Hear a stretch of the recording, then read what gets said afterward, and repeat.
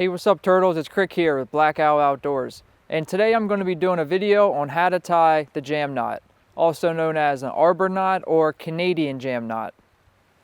But basically it's a self-cinching knot that tightens on itself and can be used as a lashing to go around to hold two parts together that you need, as you can imagine a lashing would. But it's very simple, and to get into it, basically you're just going to need a piece of cordage, and depending on the task you want to use it for, will determine the length of cordage you need. But to start, the way I've seen it and the way I learned it, I'm going to show you the first way, but there's some variability which I will show after I show you the first way. So to start, you just tie an overhand knot on one end of the cordage, which is, we're going to call this the stopper knot, and that'll make sense once I get into it. And only going down a couple inches from the stopper knot, we're going to again tie another overhand knot. So what you have is that. And then you're going to take the other end of the cordage and pass it through the second knot we tied. Like here. Pull that through. And essentially what you've done is created this loop. Now I'll just show it around my arm at first. And then you'll see once I start tightening this, pull it back on itself. That stopper knot stays there. And as I keep rotating and pulling, you can see how that cinches on itself. And it doesn't move.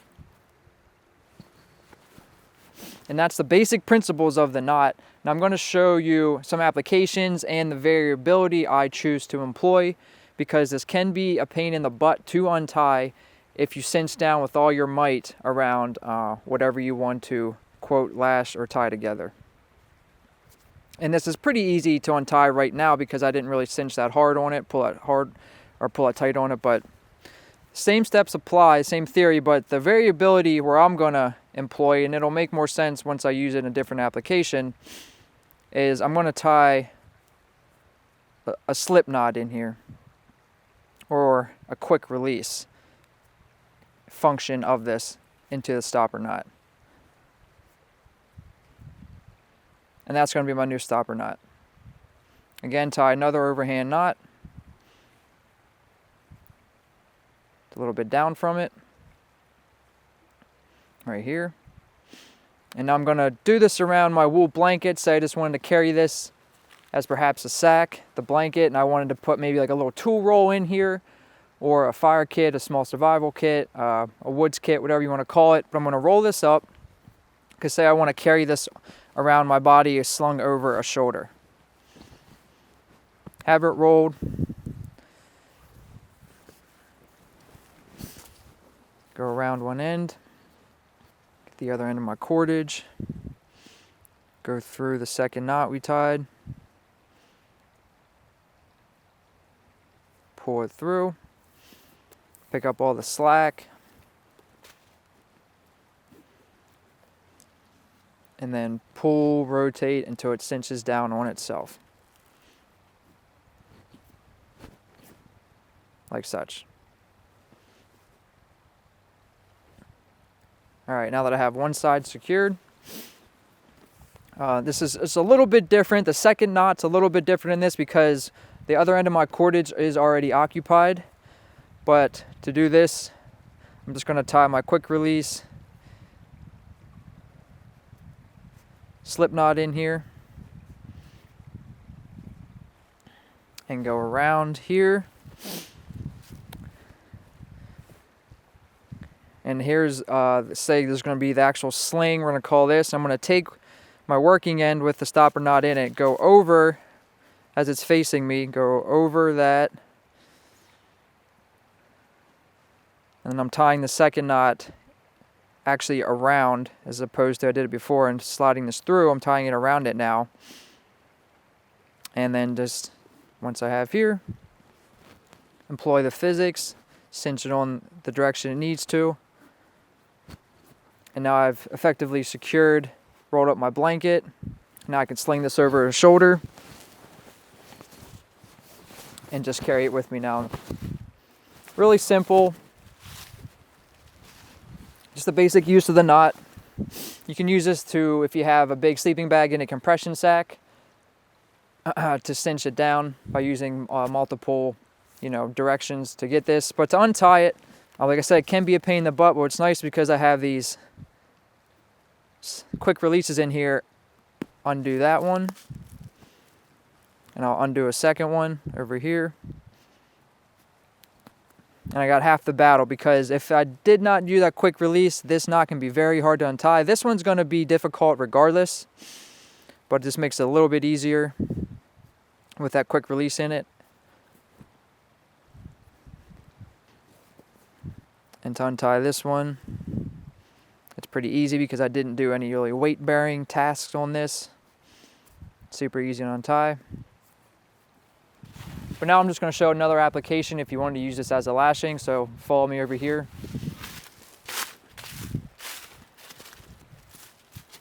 Like I said, this can be used as a lashing, and I'm just going to show it in one simple application. As you can imagine, if you want to put a ridge pole up for a structure or anything, use your imagination.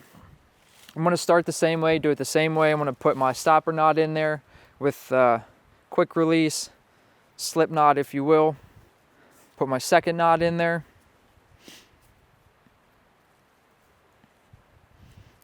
Now that I have that, I'm going to pretend this is a ridge pole.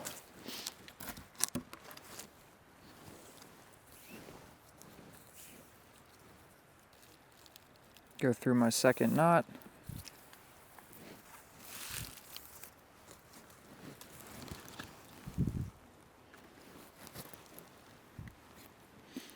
Once I have here, now I'm just going to cinch this around. I'm going to come around the other side of the tree, because this is the force that's going to pull these together.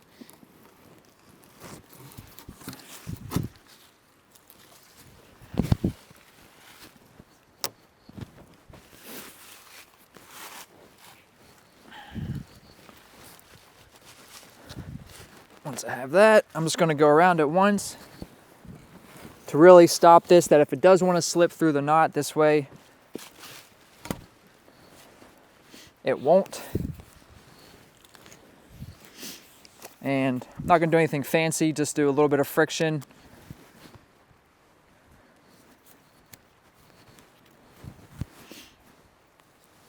It's winter now, it's cold, dexterity goes quick in the fingers.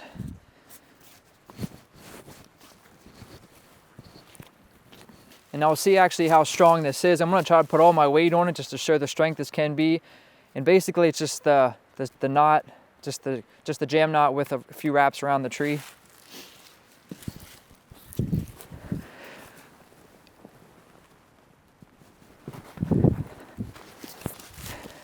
That was just to demonstrate the strength that this can be used for. Now to untie it, this is really another important step because it can be a pain in the butt. So what I did in the back, like I said, just used some friction. I gave myself a quick release point.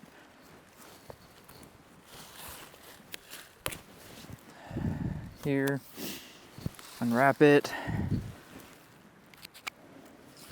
And you want to be mindful with what you're going to be doing this with, because it can be very difficult. As you can see, if you want to get a close-up in here, Stony, here's my stopper knot, which you can see the quick release. It'll be easy to undo, but this second knot, you can see how really tight that is compared to the first one, of how this can be very difficult to undo.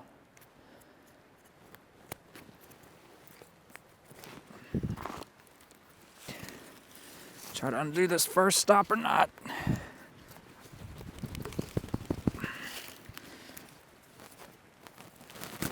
All right, now I have here, I'm gonna bring it back here and give a little bit, myself some more room to work.